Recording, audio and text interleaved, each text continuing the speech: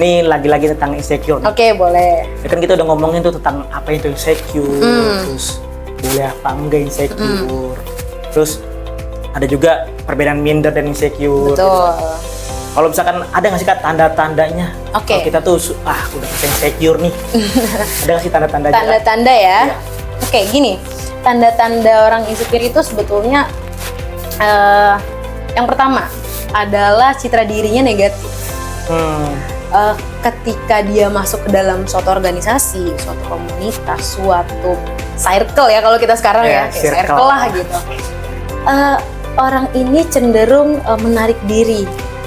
Tadi yang saya bilang, kalau dia mau bicara tapi dia takut awkward, dia mau menyampaikan argumen tapi dia takut kelihatan itu sesuatu yang bodoh. Gitu. Jadi dia selalu berpikiran bahwa gua nggak bisa nih gitu, gua nggak berharga nih gitu. Dirinya selalu negatif gitu. Dia selalu berpikir kayaknya orang lebih bagus dari gue nggak. Jadi gue nggak jadi nanya. Nah itu. Nah, biasanya kalau nih misalnya nih Miftah ada di satu circle kampus misalnya. Iya. Pasti ada dong satu orang yang kayaknya pasif gitu ya kan? Oh iya. Ada kan ya? Kayak diem aja gitu. Nah tapi pasif ini beda. Pasif, orang yang pasif mendengarkan dengan orang yang betul-betul pasif gitu ya.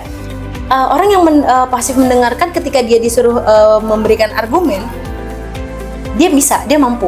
Iya. Jadi ketika ngobrol nih di circle, dia cerna dulu apa ya gitu.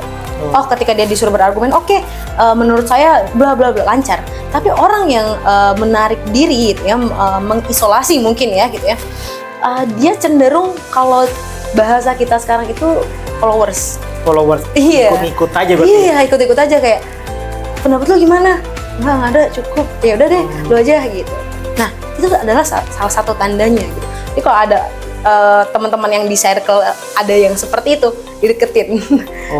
Gimana supaya dia yakin gitu dengan diri dia bahwa dia itu mampu gitu. Kayak gitu. Yang pertama tadi citra dirinya negatif gitu. Kemudian dia mengisolasi diri, gitu. Bukan isoman ya, beda. Iya. Isoman mah pandemi gimana? Iya, pandemi udah lewat. Udah lewat. Yang ketiga adalah performa kerjanya menjadi buruk. Jadi ketika dia ada di satu organisasi, misalnya dia dapat job gitu kan. Nah, tapi dia selalu merasa partnernya lebih expert nih kayaknya. Nah, akhirnya pada akhirnya pekerjaan yang dia punya gitu tidak dilakukan dengan baik, tidak maksimal, karena dia selalu merasa kayaknya partner gue lebih expert deh. Akhirnya dia nggak ngerjain, akhirnya dia mikir ulang, akhirnya dia takut gagal kayak gitu. Nah itu salah satu cirinya, performa kerjanya menjadi buruk gitu. Sering nemuin ya, kalau di organisasi, di komunitas pasti ada saja orang-orang yang seperti itu, yang agak cenderung lambat gitu ya bergerak kayak gitu. Kemudian yang ketiga tadi yang pertama ada citra dirinya negatif, kemudian dia mengisolasi diri, performa kerjanya buruk. Dan yang keempat adalah dia kurang relasi dengan orang. Betul. Karena apa ya? Karena tiga hal tadi. Karena dia mengisolasi, dia tidak pede dengan apa yang dia punya gitu, dia nggak yakin gitu. Akhirnya relasinya kurang. Ditanya apa, nggak tahu. Tanya belum tahu. Karena apa? Karena dia berhubungan dengan orang itu sebatas orang-orang yang senyamannya dia aja. Makanya tadi di awal kita bilang coba dong berani dobrak comfort zone-nya gitu. Ya kan? Karena kalau kita berelasi dengan orang-orang itu saja gitu ya, kita jangan berkembang gitu. Nah, 4 ciri tadi itu ada tanda-tanda orang-orang yang sudah mulai insecure. Sering banget sih pasti nemuin orang-orang di circle kita juga pasti banyak ya orang-orang yang kayak gitu ya. Itu tanda-tandanya seperti itu. Oke, tadi tanda-tandanya udah nih Kak. Terus kok bisa sih kita tuh jadi insecure gitu? Kenapa kita bisa jadi insecure gitu? Oke, kenapa kita bisa jadi insecure gitu? Oke. Gini. Ini adalah sebab yang paling utama ya. Iya. Karena kita hidup itu dari kecil, dari anak-anak, kemudian kita menjadi remaja, menjadi dewasa gitu. Yang pertama adalah pola asuh. Nah, mungkin di sini di room mungkin ada bapak-bapak atau ibu-ibu gitu ya yang punya anak, kok anak saya kayaknya insecurean mulu deh Kak gitu. Kayak gitu mungkin. Begini, kenapa pola asuh gitu? Karena pola asuh yang seperti apa sih yang ngebuat anak-anak kita itu menjadi insecure? kita ambil contoh aja ya. Contoh begini, kita ambil anak-anak dulu. Misalnya ada salah satu anak yang dia suka menggambar. Nah, ketika dia menggambar, misalnya dia menggambar ayam. Nah, dia menggambar ayam tapi kakinya 4. Kaki ayam berapa? 2. Oh, 2. Untung aja. Keren ngantuk. Kaki ayam 2. Kaki ayam 2. Nah, ketika dia bilang sama bundanya, "Bunda, aku habis gambar ayam loh." Iya. Pas bundanya lihat, waduh, kok ayam kakinya 4. Tapi bundanya langsung bilang pada waktu itu, "Apa ini, Nak?" gitu. "Kok ayam kakinya 4, ayam itu kakinya 2," kata bunda. Enggak, ini diganti. Tolong dicoret aja 2-nya gitu. Biar jadi 2 kakinya.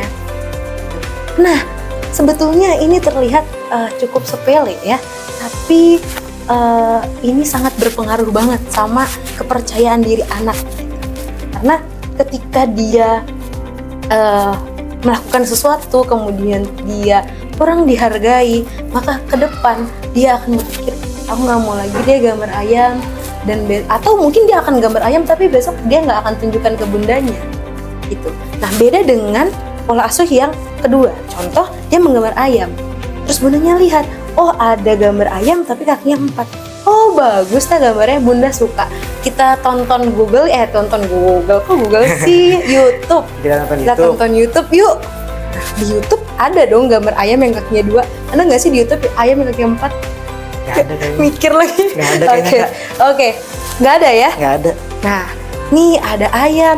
Anak itu akan berpikir, oh iya, Bun, kok ayam kakinya 2 sih, Bun? Aku gambarnya 4.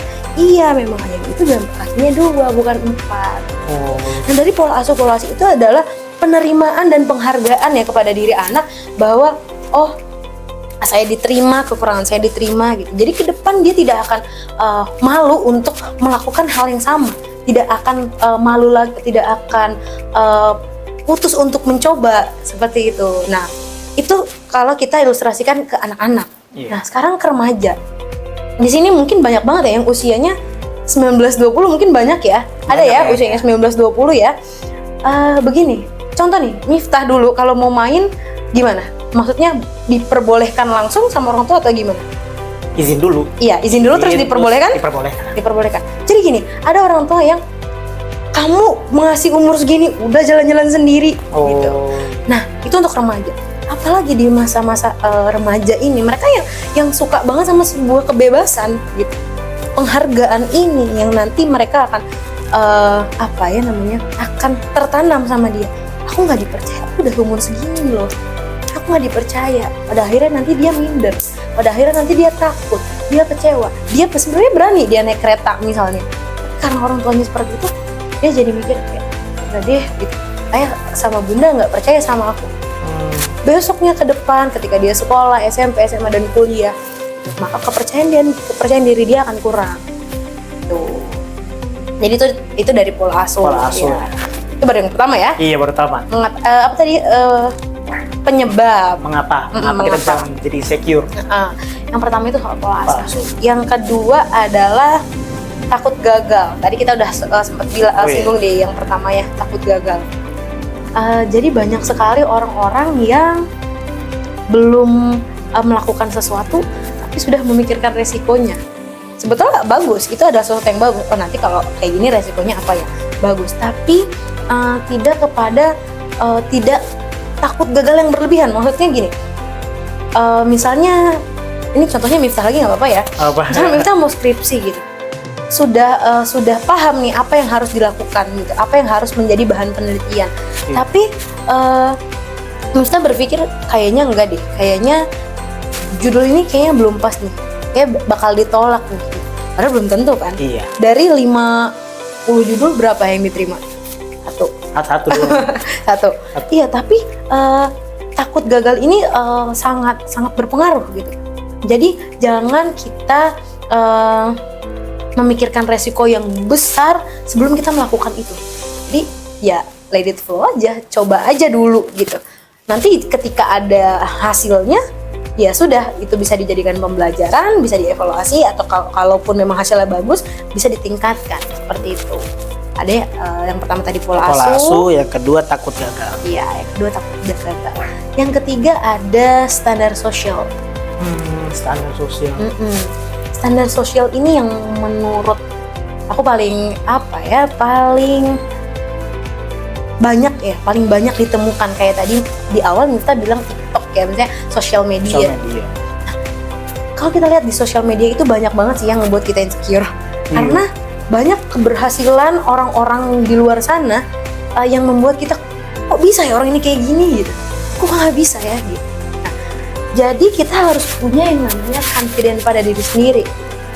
Miftah hidup harus sesuai dengan standarnya Miftah gitu, bukan standarnya bukan standar aku gitu. Jadi harus punya standar sosial sendiri gitu. Jadi jangan ngelihat orang lain,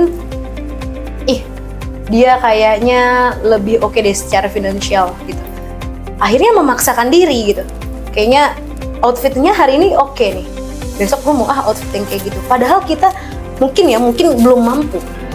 Jadi ya be yourself aja gitu. Jadi jangan mengikuti standar hidup orang lain gitu. Kita harus punya standar confidence sendiri gitu. Gitu. Jadi ada apa aja? Ada 3. Ada pola asuh, takut gagal, dan standar sosial. Pola asuh, takut gagal, standar sosial. Kemudian yang keempat ada yang namanya bullying. Bullying. Jadi bullying ini sebetulnya yang paling yang paling menurut saya paling parah kali ya. Gitu, karena bullying ini sangat berpengaruh banget sih sama kehidupan gitu. Tapi walaupun mungkin kasus-kasus ini jarang terjadi ya gitu, tapi bullying adalah penyebab juga gitu, penyebab kita menjadi insecure juga. Karena ketika bullying kita menjadi merasa rendah gitu, kita merasa tidak berharga, kita merasa kita tidak punya sesuatu yang bisa dibanggakan gitu ketika kita sudah mendapatkan korban bullying gitu lah ya. Jadi ada 4 itu tadi kenapa penyebab kita bisa menjadi insecure.